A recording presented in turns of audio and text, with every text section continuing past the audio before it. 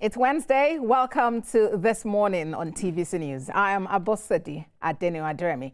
On the program today, focus is on party politics. Recently, the APC began nationwide electronic registration to strengthen the party ahead of the 2027 general election. As the exercise continues, Lagos State chapter of the APC says it is working to close the gap with frontrunner Delta State and position itself to take the lead within days. Coordinator of the APC e-registration and APC Lagos State Organizing Secretary Ayodele Adewale is here with me in the studio to discuss progress and significance of the project, as well as react to likely implication of the influx of new members into the governing party. Mr. Adewale, welcome to This Morning. Thank you for having me. Happy New Year. Yes, Happy New Year. Good to see you this year. All right, so this process is on, and then I'm just curious. Talk to us about it. When did it begin?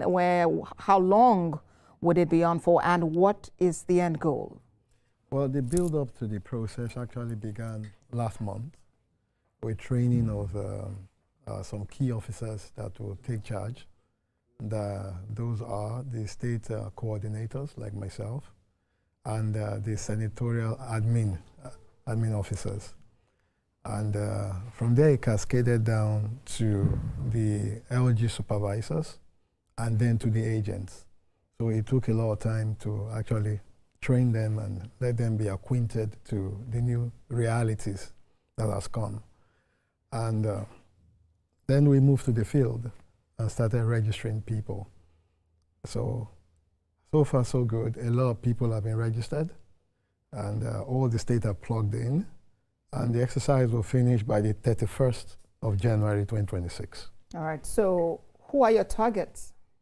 Our targets are members first, members of the party, registered members of the party, and of party lovers, people who have been saying that, telling us that when are we going to start registration, they want to be card-carrying members of the party. A lot of people have been saying this for a long time, and there's an opportunity for them to become card-carrying members of the party. And people have been joining in droves. The numbers are very impressive. The numbers keep dropping, and even beyond our expectations. So you're open to receiving and welcoming anybody and everybody? Just like any community-based organization, faith-based organization, an organization that's backed up by law, we're open to join, for people to join us. But of course, as they come in, we also tell them the rudiments, our charter, our constitution. They already know what the party stands for. It's a progressive party that has the whims and caprices of the well-being of the Nigerian people. And it's more open to Nigerians, both in Nigeria and in the diaspora. All right, so you're open to receiving people who are willing to join because, of course, I believe your strength is in your numbers, right? Oh, any mass-based organization, the strength is in your number. If you don't have the number, the strength is not there. All right, I will get to talk about the implication of that in the long run. But very quickly, let's announce to our viewers that we'll be taking a break from our regular programming to bring you a coverage of the presentation of vehicles to traditional rulers by Governor Sheriff Oborewori of Delta State. It's taking place at the Government House in Asaba, Delta State. This morning, other programs and news continue on our website, YouTube channel, and our other platforms. All right, we are still talking about the e-registration exercise of the APC and the fact that the APC is open to welcoming as many people as possible. So talk to me about the numbers. Lagos is quite ambitious. At the moment, Lagos is second on the list. I would say Lagos is first. And I'll tell you why. I'll tell you why. Before we started the race, when the governor of Delta State moved into the APC, right?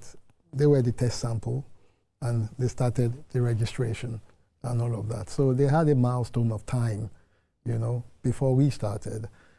We started last week, Monday, and today is Wednesday, if I'm not wrong. And when you put that together, we're just about, how many days? 7, 8, 9 days, right? within 5 days, we've hit beyond about 80% of what Delta have. Right now, we're closing in to almost 90%. And God willing, by Friday or Saturday, we would have overtaken Delta. Oh, okay, that's your expectation. Well, wait to see. It's not expectation. It's an expectation? No, we're not expecting. All right. It's our projection, right? And we've seen the numbers. And don't be quick to forget, Lagos is the most populous state in Nigeria, right? So but we also know that, yes, Lagos is the most populous, but we also know that, yes, there are people in different political parties. Oh, yes, they are. That is established. But APC is the most popular, right? And it is the most loved in Lagos. Well, I can tell you that for free. That is what you believe. That is what I know. Okay, that is what you are saying. So talk to us about, are you able to put numbers to these registrations just yet? Oh, of course. I have a dashboard. Okay. And as the second goes by, I see the numbers as they are dropping. I also see the demography of those numbers, the male, the female, and all whatnot. I see to the extent of the local government, how the numbers are dropping. And at the local government, I see the wards, how the numbers are building up, right? And I also see the senatorial district, how the numbers are towering. So I see everything. And at 12 midnight, what I do, I've calibrated my time, 12 midnight to the 12 midnight the following day. I take a snapshot, and I do my report, and I separate everything. So as at midnight, what was the figure from Lagos? I wouldn't tell you that. Not for now. It's official secret. I don't want other states to start feeling jilted. Okay, so you've spoken about the fact that Delta and Lagos are the top two. Which state is number 3 and which states are in the bottom 3? I wouldn't tell you that. Okay. You're trying to keep this secret. No, it's not secret, right? So why are you trying to keep it? I only use Delta as a case study, right? Because they are in front based on the advantage of time they've had, right? Of course, to just tell you how Lagos have performed.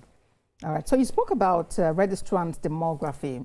What have you noticed about women, about people with disabilities, and about youth? In fact, when we started, the first 4 days, the men were, dusting the women. And on the 5th day, the numbers started climbing. As we have it now, if I'm going to use percentage, we have about, say, a ratio of about 10 to 7 now, in that order. Women to men. Yeah, women to men. So the women are, aligning much better than the men. But when you come to the local government, I'll use Amuwo as a case study. We have more men, right, that are registered than women, and all of that. So the pattern is different as you move from local government to local. But in totality, right now in Lagos, we have more women that have registered than the men. Now, how do we translate this high percentage of women registering to having them actually becoming active and vying for offices and being voted in? You see, when it comes to that political build-up, I always say, right, as much as I advocate for women involvement, you must also understand that power is not serve a la carte. You must leverage on your numbers, right? We've seen in history women that have governed a lot of spaces where men seems to be dominant, even within the cultural bias that is there, right? We've read in history a woman that have been a king here. I think it's one of the Onis or the what do you call it now? Either the one of the Onis or the one. In which state? Oyo, the Alaafin, also one of them, right? There was a woman that was clothed as a man, right? If you come to Ondo, you see regents, right, that have occupied those positions for a very long time, and they've governed their space very well, right? If you come to contemporary struggle for liberation of the people and making power very equitable among those that are dwelling in those spaces, you see Mrs. Ransom Kuti, right? I mean, our history, when she lived and all of that. You come to the Queen Amina, you understand? That is there. You also go to several other places, even in contemporary times, in economy, Most of the bank CEOs now are women and all that. If you come to the real Nigerian economy, you see women driving, the stead. It's not as if the men are not there, but they're making it very competitive, but right? In politics? In politics also, they need to come together and align with their numbers, right? There's no gainsaying the fact that we don't have more women to men in Nigeria, right? We do have more women compared to men, but in the youth bracket, you have more youth there that are taken beyond the average number. So women need to get themselves more organized. Some men will support them naturally, men will vote for them, but when women get more organized, talk to themselves, align with themselves, and build on their number, then you see things happening that way. And if we talk about persons with disabilities? People with disabilities also. You see, one thing about power I've come to understand is that you have to connect with people, regardless of your status, regardless of your condition and all that. Don't let your condition pull you down, right? Live above it.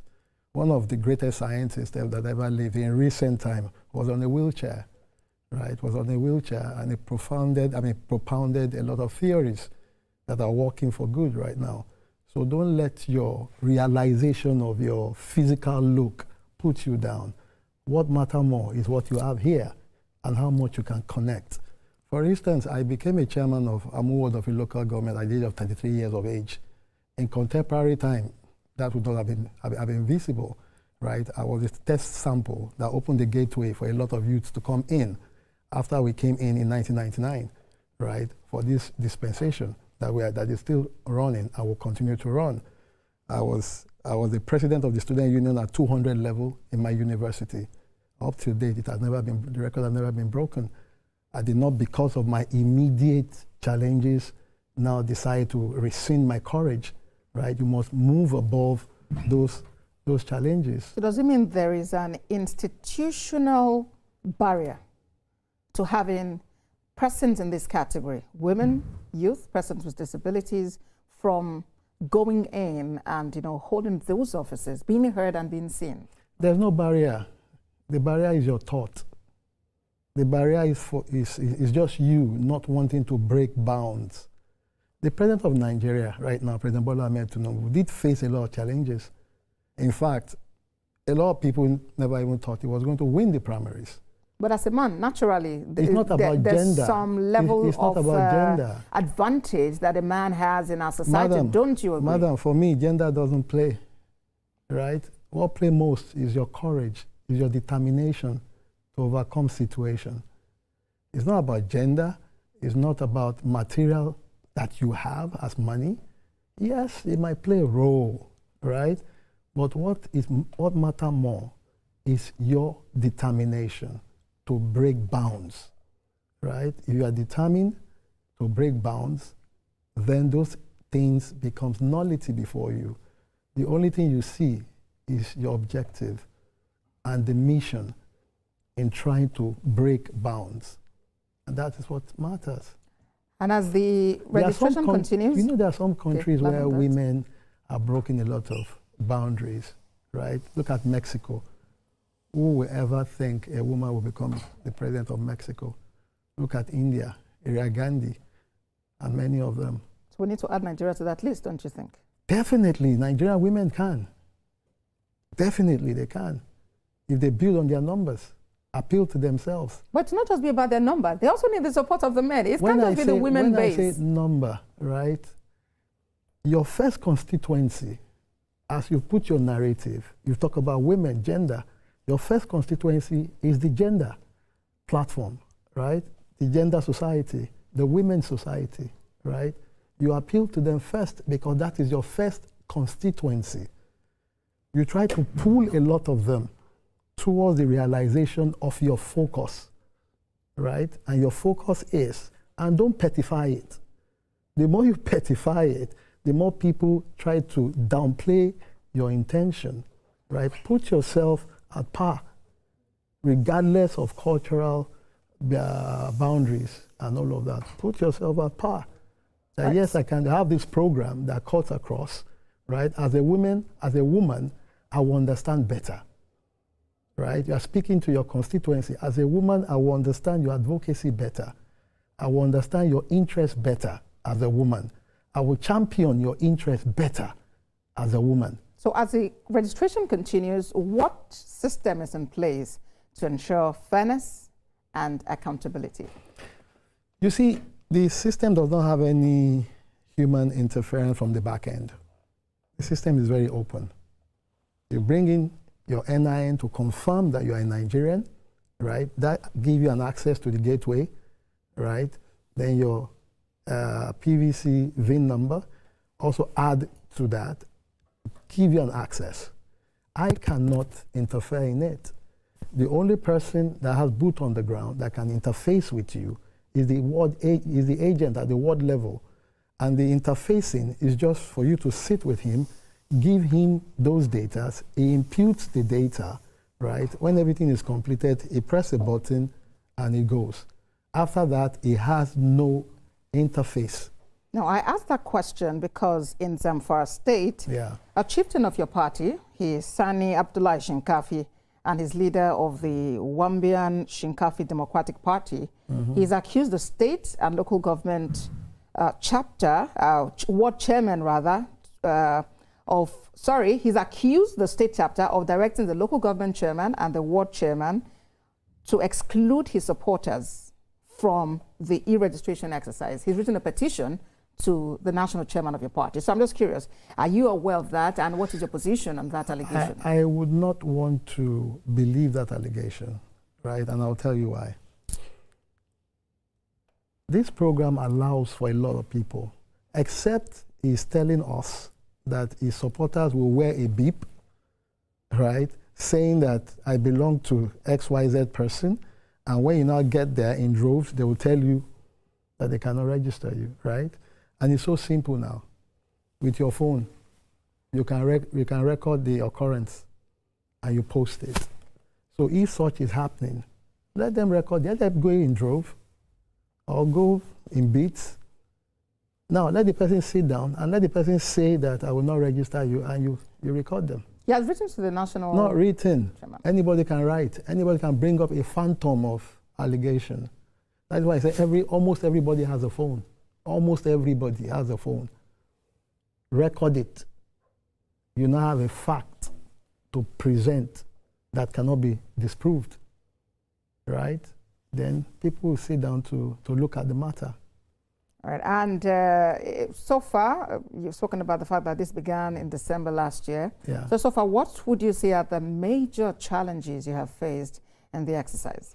Well, the major challenges will be the teething stage, the early stage. You know, you are getting people to understand a computer-based system and all of that, something they've not done before, right? It will take 1, 2, 3 days for them to have their hands on and for them to make better of the teachings, you understand, that they've given to them. And as they go on, they get better. All right, so that is like the main challenge you have faced.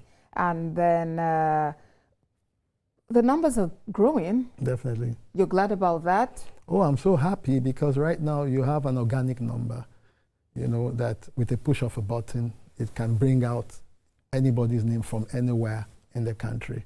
Unlike, for instance, at the National Secretariat, they want to verify a particular person and all that, and they now have to send message maybe to an enclave in Sokoto or Bayelsa or Ondo or Lagos, right? You have to now start looking for the hard copy. You now put it on a plane or in a bus to come to the national headquarters, or maybe they put it in a storehouse, a safe house. They have to now start looking at files and all of that. With a push of a button, all this thing comes up. And for clarification, is this just for those who already are registered, I mean, who have their cards, but who did it manually, or even new entrants, you know, can... It's for everybody. It's for everybody. For the old members that have their data, you know, stored in a hard copy before, and the new people that are coming to join us, it's for everybody. So the numbers are growing, but then also critics argue that this influx of people from different places with different orientations, different worldviews, might just be a recipe for implosion. I don't think so. The same way people will argue that you open the doors of faith homes, right, like the church, the mosque, and the traditional worship center, you allow people to come in. Does that mean that it's going to annihilate the belief system or the doctrine of that particular religious setup? No. Once they come in, right, you are handing them the copy of the constitution of the party, right? They read it, get to understand it, and they get in sync with it. And we have different programs, you know, of getting people integrated, you know, firmly into the system. So there's no fear to that. And even if you have people that have come with some other intentions and all that, but once you are in the system, you get to see how the system works and you get aligned with it. These new entrants have their own ambition, same as existing members of the party that they have come to meet. How do you hope to ensure there is a balance and that in the long run, the party does not suffer for these interests? Come again, please. I'm talking about the fact that new people are coming in, perhaps from other political parties or never been in political parties. They have their ambition. They probably someday, very soon, you know, want to hold offices. And same as members, current members of the party, who themselves have eyes or have an eye on a particular office. How do you ensure that when they come in, there is no clash of interest? There cannot be clash of interest because once you come in, either new or old, right, you need to align yourself with people. You need to sell your programs to people. You need to connect with people. Politics is about connecting with people. If you don't connect with them, you don't show them your programs, you don't convince them, it becomes very difficult for them to align with you, right? So the longevity of stay does not really matter, right? It is the way you're quick to getting close to people and selling your idea, your program, as long as it's within the context of the programs and ideals of the party. So be it, it's a process of number. I don't want to use the word game. You don't game people's lives. You don't game people's destiny. So it's a process of numbers, right? And they get to align with it and you build up towards that. Your party has, your party's constitution provides that when a governor, for instance, defects to your party, that individual becomes the #1 citizen. But no, some say that that is like you just slapping in the face those who've been members of the party and who have held even perhaps higher positions than the office of the governor. That is the law of the party, right? As long as the law is there, you have to conform with it. I didn't write the law, right? So leaders wrote the law in the past. They brought it to the people in the Congress. Everybody read it, everybody loved it, and everybody affirmed to it, right? It's more like a country's constitution, right? And once that has been passed, the only way you can change it is to go and do a review at the next national convention. But as long as it is a law of the party, which everybody have concurred to that at the national convention, then it stays. Now, what do you say about the situation in a place like River State, for instance, where the governor's defection into the party makes him 001, the #1 citizen and member of that party, but that position has been contested? You cannot contest the law that is made. You can't contest it. It's a law. If the law of Nigeria says that as a woman, you have this entitlement, or as a Nigerian, let me not even use gender because you started gender. I had to bring that up. It was important to bring that up because we hear about women. I don't really like placing arguments like this on gender. I like to place it on human Now, I'll tell you why I existence. brought that up. I brought it up because when you gather, we see the women clad in the uniform. They actually, they're all chanting and chanting, but we don't see them on the ballots. So what do you do that doesn't get them on the ballots? They need to move on the ballot. We've seen women become chairman of local government. We've seen women become senators, right? We've seen women become House of Rep members, House of Assembly members, right? We've seen women contest to become governors and president. It will continue. And one day, that barrier will be broken, and you open the space. Like I told you, I became chairman of local government at 33. When we were in Pronaco, that was led by Chief Anthony Anahuru of blessed memories, I was the mobilization and liaison officer of Pronaco. Dr. Beko was the deputy. Professor Wole Soyinka was vice. Professor Jadi Salo Akonde headed the legal department, right? We would sit down, I was a young person, and I advocated that 18 years should be the political age benchmark into any elective office. My idea, went through the Pronaco plenary and all of that. In our draft constitution, it was embedded. Many years after, without knowing them, the not too young to run people drove the idea, and they brought it down to 25. So if 25 years was the benchmark to enter or to contest for a chairman of local government, I would have been chairman at 27, right? They won't give it to me because you're a young person. And I contested with older people, richer people. I was carrying my backpack, my jeans, and my shirt with my slip-on.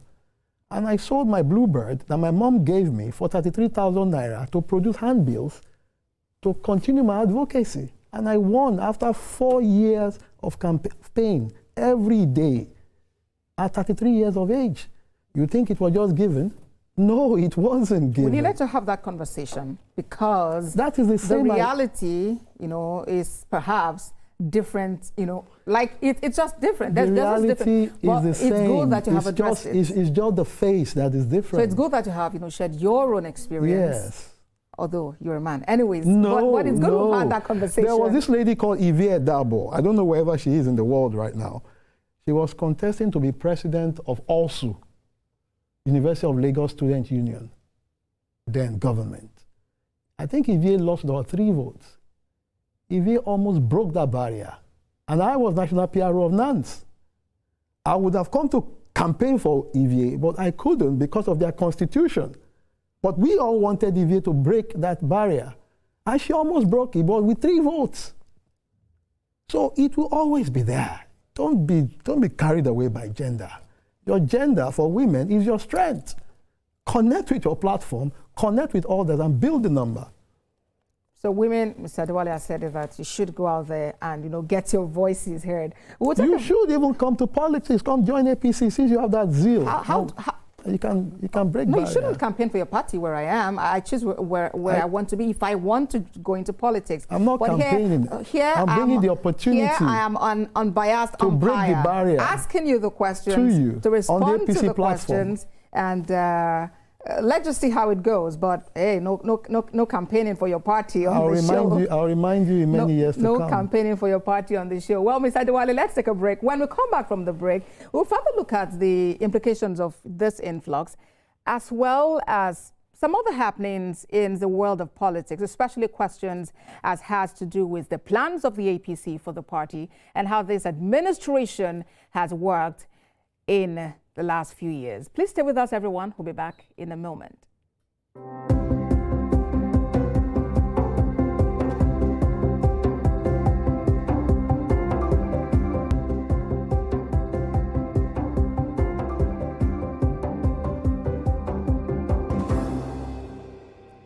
Thank you for staying with us on This Morning on TVC News. We're talking party politics, especially as the APC is organizing its e-registration across the country. And my guest is here with me in the studio. So, Mr. Adewale, I know that you're not the president's spokesperson, right?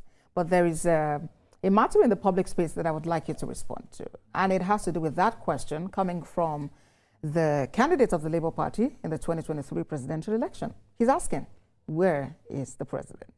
Oh, the president is out there marketing Nigeria and bringing investment into Nigeria. You can see the information that is coming from Doha, right? The various trade agreements they've been able to sign that will open a lot of opportunity for Nigerians, right, to advance their trade in the UAE and all of that, and give them more leverage in that space.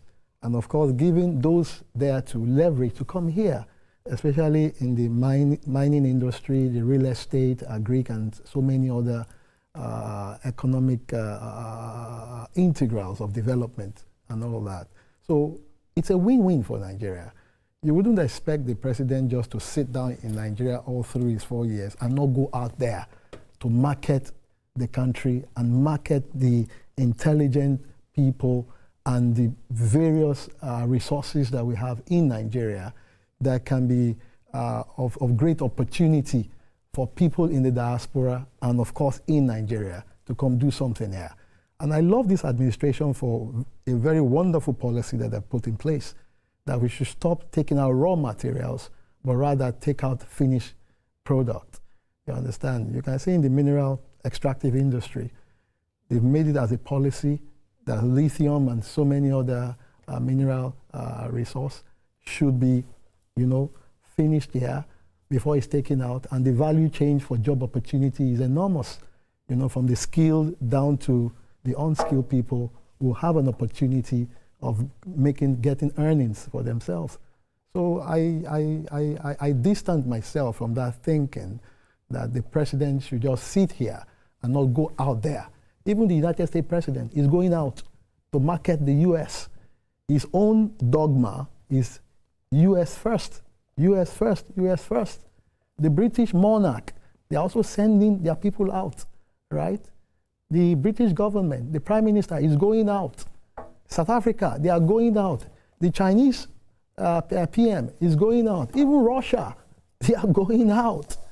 So why would you be a president and just sit in there and not go to market your product?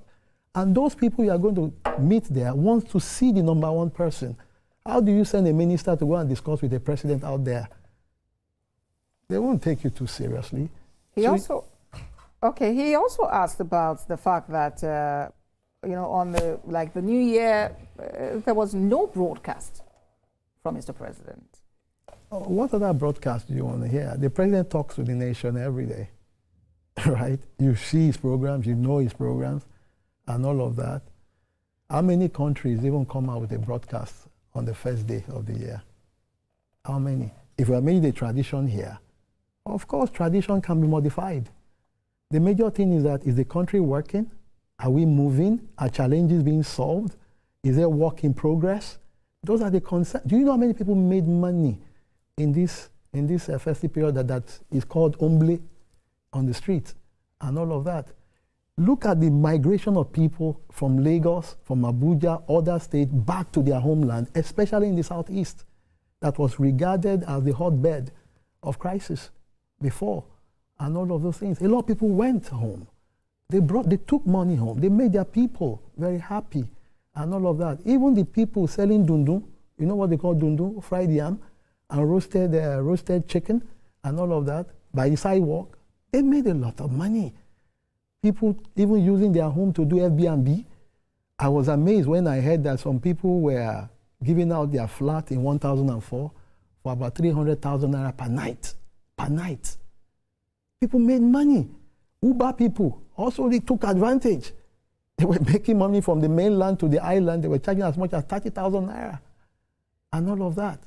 So the spin, the economic spin was great. So who made that possible? Is it not the same president that made it possible? And all of these things? For the first time, how many occurrences of dastardly criminal acts did we record during the festive period? How many?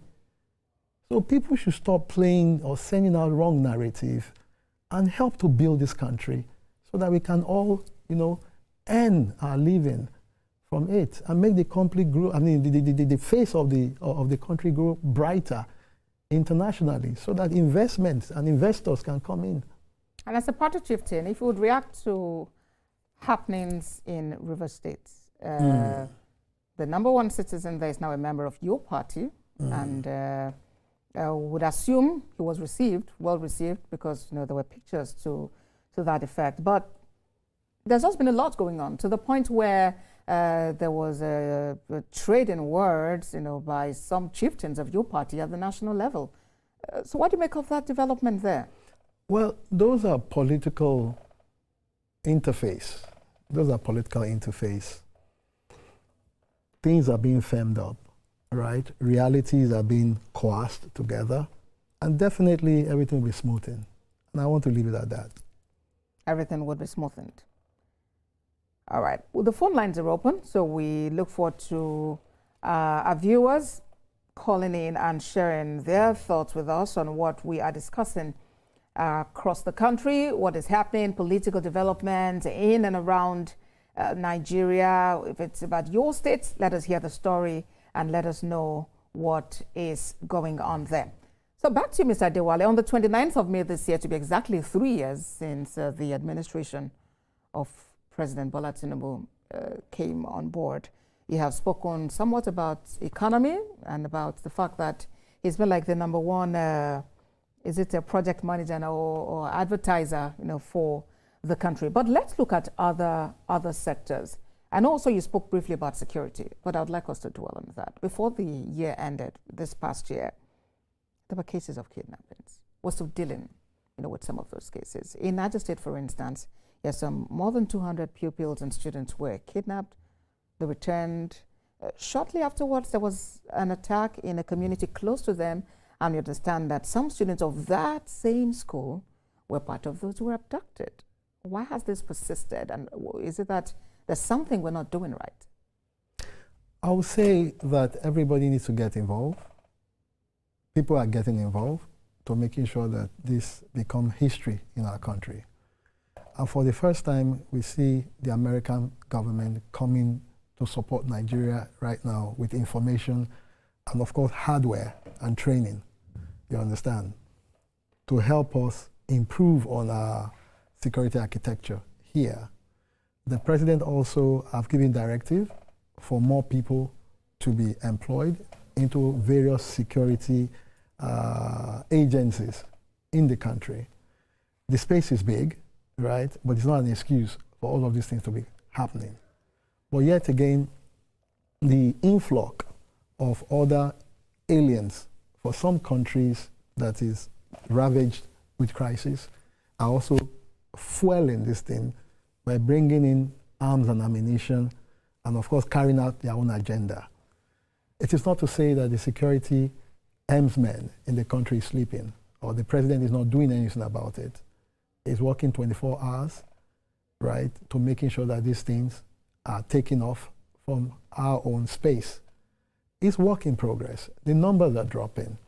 Even in other developed countries, we still have cases of people being kidnapped, right? It's happening in the UK. Unresolved issues, even in the US, in Canada, and what have you, but they are not sleeping about it. They are working towards making sure that the whole place is very, very safe. More security gadgets are being pushed out, CCTV cameras and all of that. The forest guards, take it or leave it, that have been established, have also been helping to reduce the numbers of these nefarious activities. You can imagine if the forest guards were not there, those flanks would have been open. So they're also helping to cover those flanks and all of that. The traditional rulers are also doing tremendous work in partnering with the government and security agencies to curb all of these acts. So we're not leaving any stone unturned. Even the faith groups, everybody is up on their games. Every home also need to speak to their wards. Every community need to speak to themselves. The people in the community see first most of this issue before it gets to crescendo. So we need to evolve more of security policing, passing the information before it even happens so that the security agencies can process this and work along with it. So you spoke about influx of aliens. Definitely. That should be due to the country's porous borders? Well, some porous borders. The country have thousands of miles, right, all across those spaces. And that is why the president is working seriously with ECOWAS, especially those who have left ECOWAS. Because if you work strongly with your neighbors, they help to secure your boundaries, right? Even America, that is building a wall across Mexico, they've not been able to build a wall all across America. No countries have been able to do that. So it's work in progress. Definitely this will become a history in our society. And when you talk about neighboring countries, supporting and helping to secure, at least secure their own part so that the danger doesn't get into the other part. Yeah.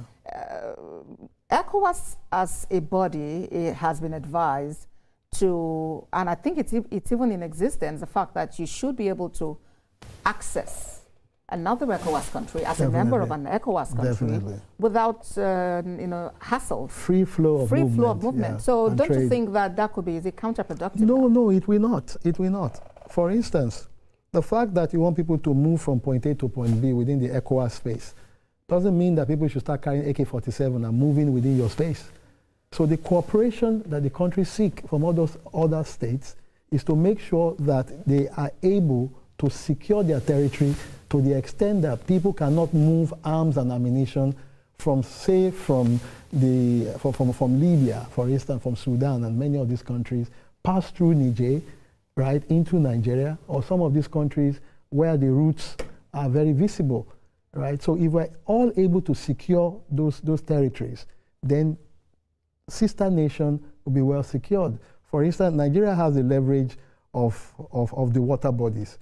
You understand? Six, for instance, you have an issue of insurgency in Niger Republic, and people are now using the waterway that is facing Nigeria to pass through Nigerian land borders into that country becomes a problem.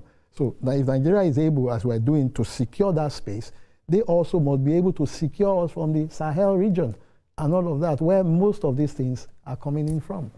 And if we may go back to core politics as we get towards the end of the show. Some time ago, there were talks that your party is trying to silence opposition in Nigeria. Trying to what? Silence the opposition. No.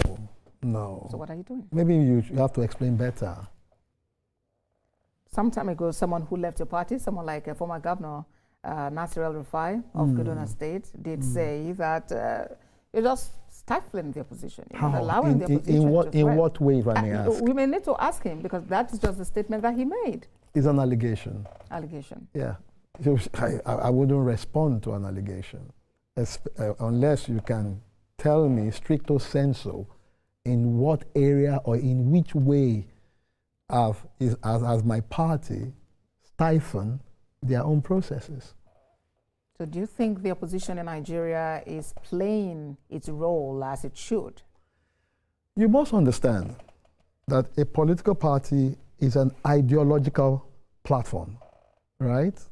Now, in the context of an ideological build-up, I don't see how a party will infiltrate your party and take your people away from you if they are ideologically synced to your processes and program, and they are not opposite to what you have built up, right? So that is why I won't take that. When you talk about that, it sounds like the issue of party ideology. Do we have that in Nigeria? Of course, there's party ideology. What is the ideology of the APC? It's welfareism for its people, being truthful to its people, following the party's charter, and all of that is well spelled out in the charter, right? That is the ideology of the party. All right, we have Okorafo. Let's quickly take this call, please. Okorafo calling from Arochukwu. Good morning, Okorafo. Welcome to the program.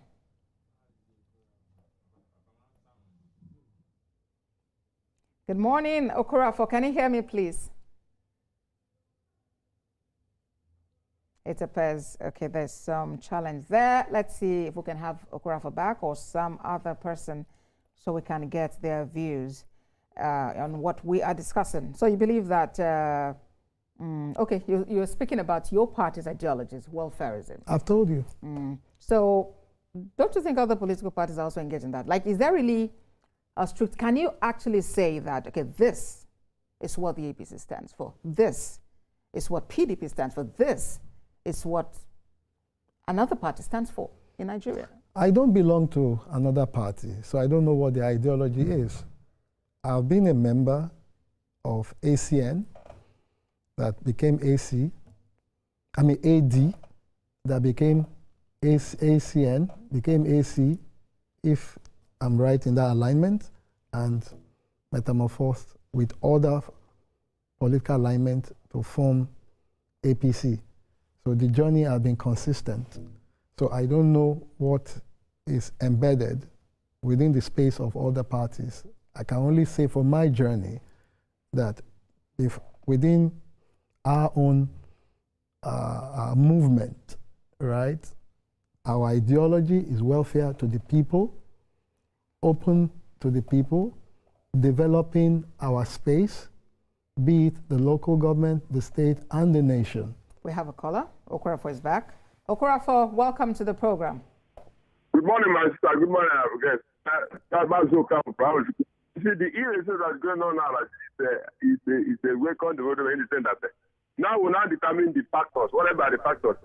All those defectors from other parties to APC now. We see how many people they can register in their community, in their local government, and in their own state.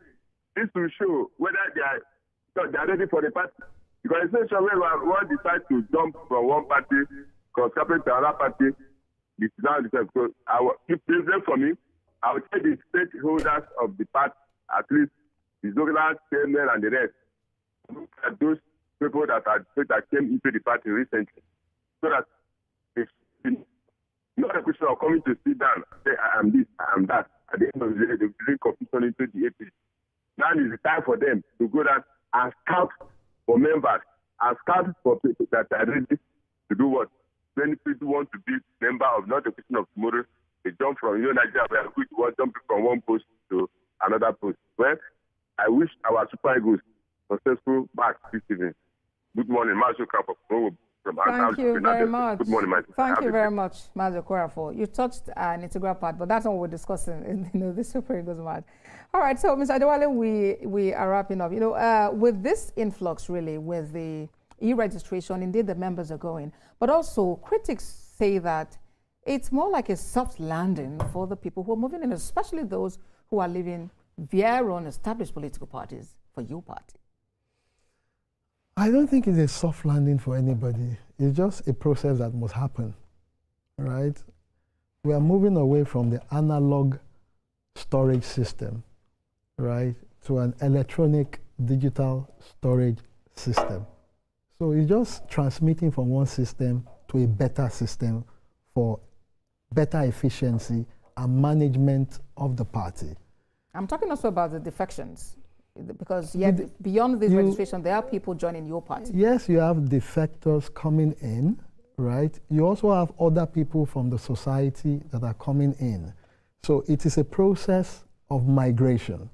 People migrating into the APC, right, for what they believe is right for them, because they have seen the growth that the APC have been able to bring into the country. They've seen infrastructural development, right? They've seen human capacity development. They've seen the economic, organic development, and they've seen all other development.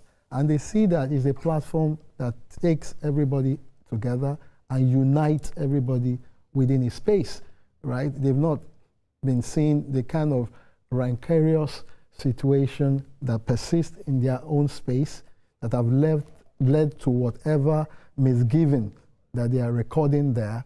They want a place that is peaceful, a place where they can be heard, a place where the ambition, right, can move smoothly and get to a point of satisfaction for them. That is the space that they desire, and I believe that is what is drawing them in. So is Nigeria on its path to becoming a one-party state? No, no, and I say no again. The population of Nigeria is enormous. Over 200 million people. People can decide where they want to go, right? APC have not even taken, should I say, half of the population of Nigeria. So they are being lazy to be using that narrative. Go into the Nigerian space. Get more people. Sell your character to them. If they love your character, if they love your program, if they love your activity, definitely they will join you, right? Have you forgotten there was a time where AD was just one in Nigeria, and it was only in Lagos State, just one. The whole of the Southwest was taken. That one AD that was propelled by Asiwaju Bola Ahmed Tinubu as governor of Lagos right, also created an alignment for other political groupings that believe in their ideology, and they formed a force. And the fourth build-up became the APC. And the APC decided to keep pushing on. Are you going to blame us for that? The answer is no. We started from one, met people, discussed with them, formed a build-up, formed the force, and we kept pushing. And you're now saying that we want to make the country a one-party system? When the PDP was doing what they were doing, and they lost out from the people's trust because of the huge corruption, huge mismanagement, and the dastardly act, mismanagement of trust that happened. Did anybody say they were turning the country to a one-party state? It's about character. It's about trust. It's about the programs you are able to put before the people that they will align with. So if you have lost trust, the best you can do, go back to the drawing board, you understand, and find a way to rejig your system. Coordinator of the APC e-registration, APC Lagos State Organizing Secretary, Ayodele Adewale. Thank you very much for your time this morning. Thank you for having me. And I look forward to see you breaking the barrier in the nearest future. That's our shoot for today. We thank you very much for being a part of it. As we wrap, I must mention that everyone out there should look out for that semi-final clash between Nigeria and host nation Morocco at the African Cup of Nations, who wish the Super Eagles the very, very, very, very best. It's a match we look forward to, and we hope that there is victory and that you're able to smile like we did at the last encounter, Wales, Algeria. Well, that's the show. Thank you for watching. A repeat broadcast airs at 4 a.m.